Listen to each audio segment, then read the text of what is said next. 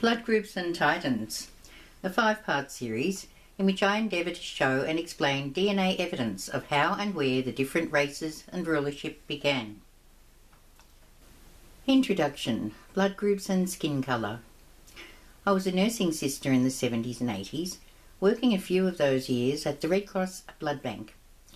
I was never told of or noticed a connection between blood groups and different races, for, like most people, I accepted that variations were due to chance mutations in the past, which have since been passed on from both parents according to dominance factors.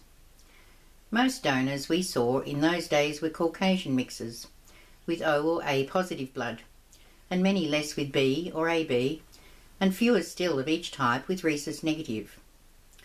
I don't recall that I ever took blood from a dark-skinned person to notice that, apart from Indians, their blood is predominantly O positive, and they have hardly any of the others.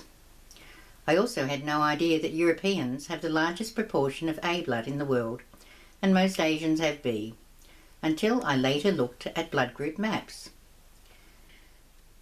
I surmised from the maps that people with O blood type initially covered the whole planet, as they reached the most southern and northern corners before some natives, like South American and Australian Aboriginals, became isolated after the last ice age melted, retaining their O blood. Apparently Neanderthals and probably Denisovans also had O blood. It therefore must have been a later occurrence that introduced types A and B blood groups. As there is virtually no Rh negative in native populations, this means all ancient dark-skinned races were O positive. Blood groups and haplogroups. I discovered we also have male and female DNA groups called haplogroups, which have changed with us for our 250 to 300,000 year journey as humans. They're not blood groups and reside in every cell's DNA, except red blood and nerve cells, which don't have DNA because they don't have a nucleus. They belong to groups of Homo sapiens that changed as we traversed the planet, through, we are told, mutation. When I linked these haplogroup and blood group changes with physical factors, a picture emerged showing both our natural human journey and when we have demonstrated major unnatural leaps. Homo sapiens initially all had O positive blood and dark skin, with dark hair and dark eyes. Yet some people started looking a little different from others in different areas and eras. Some were darker, shorter or taller, some with different facial features. Yet for 200,000 years we had O positive blood group. We find these changes correspond to different haplogroups that firstly spread amongst African natives, males and females. Apparently it is not from mixing with Neanderthals from Europe, as their DNA is rare in Africans, but common in Europeans. Biology, mythology and religion. I demonstrate that DNA evidence supports mythical and archaeological evidence of interventions, of intelligent design and hybridization by some other entities, whose descendants many propose are still here. But have they come to help us or engineer us for their use, or something spiritual? There have been major additions to biology on Earth from the first life to the Cambrian explosion 200 million years ago. Some say there are levels of consciousness on our soul's journey that we are here to experience. In Johann Oldenkamp's The 9 Levels of Consciousness, he says we have to pass through the 8 levels of consciousness before this one, the 9th, from primate to human. Also, Dolores Cannon wrote in Keepers of the Garden about the Earth's relationship to other beings in the cosmos who come to seed new planets and guide with occasional gifts. As she says, perhaps that's the way God does it.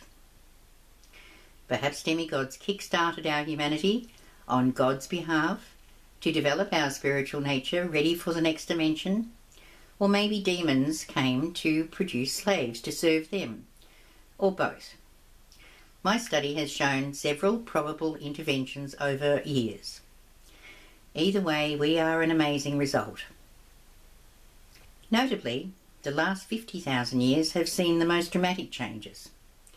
Remnants of amazing megalithic structures on all continents show the presence of advanced builders during the period of hunter-gatherers, long before the end of the last ice age.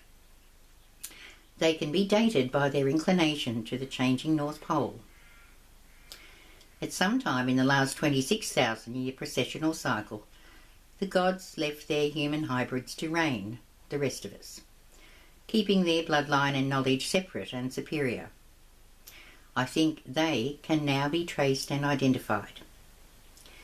Truth is, they are a little different from most of us, possessing little empathy or scruples, and some say are more like a parasitic infestation of our planetary experience than one of us. Follow their deeds. They have facilitated civilization with its apparent comforts to those who comply with their wishes. Yet we now see we have been given toxic versions of technology, such as electricity and motor cars, to further manipulate our lives. We are controlled through their money, military, religion and laws by the bloodline known as the Titans and Olympians, the Dragon dynasties. We are largely dispensable to them and are getting harder to manage.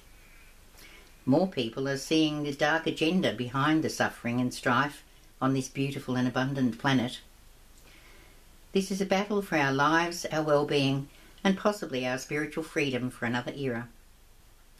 But that's made more difficult when we are born with amnesia and then kept from learning all the important stuff from our ancestors, especially in Australia, it seems. Can we be free to reach our potential while those who rule this reality wish to enslave us with unfair limitations? That's why I view this present apocalypse as an important opportunity to expose the slavery of the human race. Primates to human. Apparently we share 98% of our DNA with primates and around 60% with other mammals.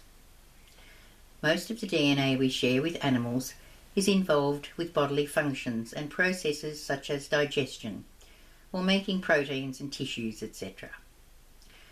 As I have shown, O blood group was the first in humans, yet primates don't have O blood group. Apparently monkeys have A blood, gorillas have B, and orangutans can have A or B. Being a primate factor, the rhesus negative, is not seen in primates. Another interesting difference is in the number of chromosomes, which oddly for human DNA is 2 less than primates. Certain DNA specialists have declared that 2 of our chromosomes look like they've been genetically spliced together from primates' genes, which would account for our radical differences and our many human genetic diseases. They say that while females' DNA somewhat resembles primates, the male DNA does not. I suggest watching the late Lloyd Pye's video, Everything You Know Is Wrong, to find out more about this phase of our development. Many remarkable changes suddenly occurred. Notably, humans gained a pharynx, a voice box, walked upright and lost a lot of strength and hairy protection. Monkeys can only make a few noises, but we can make enough phonetic sounds to form words, and along with a bigger brain cortex, we started talking. Male humans also lost the primate penis bone, which some contend came about naturally, but to me it seems that it could have happened to encourage the family unit, instead of the group or herd. Many people don't actually know their own blood group, although they probably know that being given a different blood intravenously can cause a reaction and be fatal. They may not know how they differ. The letters A, B and O are the designations given to the red blood cells, depending on which antigens reside on their surface. Antigens are molecules made up of amino acids and sugars, which themselves are made up of carbon, hydrogen and oxygen, with nitrogen only in amino acids. O blood carries the simplest 4-part antigen molecules, while type A and B blood have 5. Blood antigens react if they come in contact with another type of antigen from someone else's blood. Like our immune cells, antigens react to foreign antigens entering our body on bacteria or viruses to kill the invader.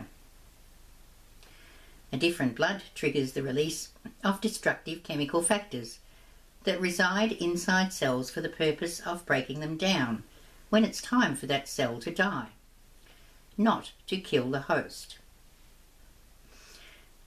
Rhesus factors. Being positive or negative for the rhesus factor pertains to the presence or absence of a certain primate monkey factor. I think it's called number 8. I don't know its function directly, but having one less primate factor than other people would, I imagine, make some folk slightly less primate than those with it. It becomes a danger if an Rh negative woman has an Rh positive fetus growing inside her, but only if she has been previously sensitized by having a positive pregnancy, and only if positive blood cells had leaked across the placenta and caused her to make antibodies against them. These antibodies remain in her blood and would damage the next positive fetus. This would not have been a problem for the first 200,000 years, as we were all O positive.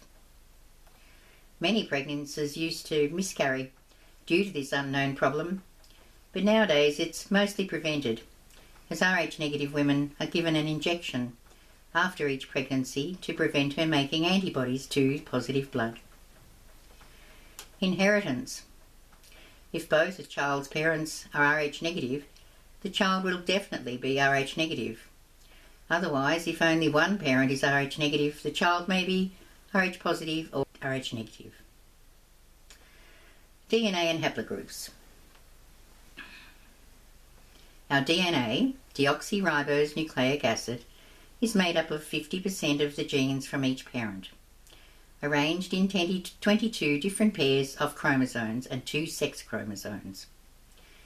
Genes are combinations of proteins given the names A, C, G and T, and arranged in a double helix found inside most cells, in their nucleus and mitochondria. The nuclear DNA tells the cell what to do and how to make things it needs. The mitochondrion is part of the cell body, but outside of the nucleus, and provides energy for the cell to carry out its functions. Males have an X and a Y sex chromosome in their nuclear DNA, and as the patriarchal haplogroup is carried in the Y, therefore this lineage passes to the son only, as females contain 2 X chromosomes. The mitochondrial haplogroup is passed down from mother in her egg to both daughters and sons. Red blood cells don't contain a nucleus or a mitochondria, so don't actually contain DNA. Blood groups are determined through other chromosomes from our mother's and father's egg and sperm respectively. A haplogroup is a sequence of DNA that identifies a group of male or female Homo sapiens with the same sequence, which is identified with letters and numbers. Male nuclear haplogroups start in Africa with haplogroup A, and mitochondria haplogroups begin at mitochondrial L. Neanderthals and Denisovans don't have human haplogroups.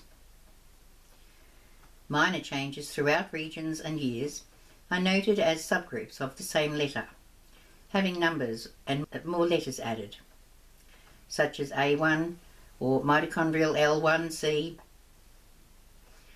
Major leaps at certain times appeared with new sequences of DNA supposedly mutated from the ones before and were given a new letter, but I contend it involved interbreeding with a new strain of the opposite sex, like we hear in mythology, and this is what I will endeavour to demonstrate.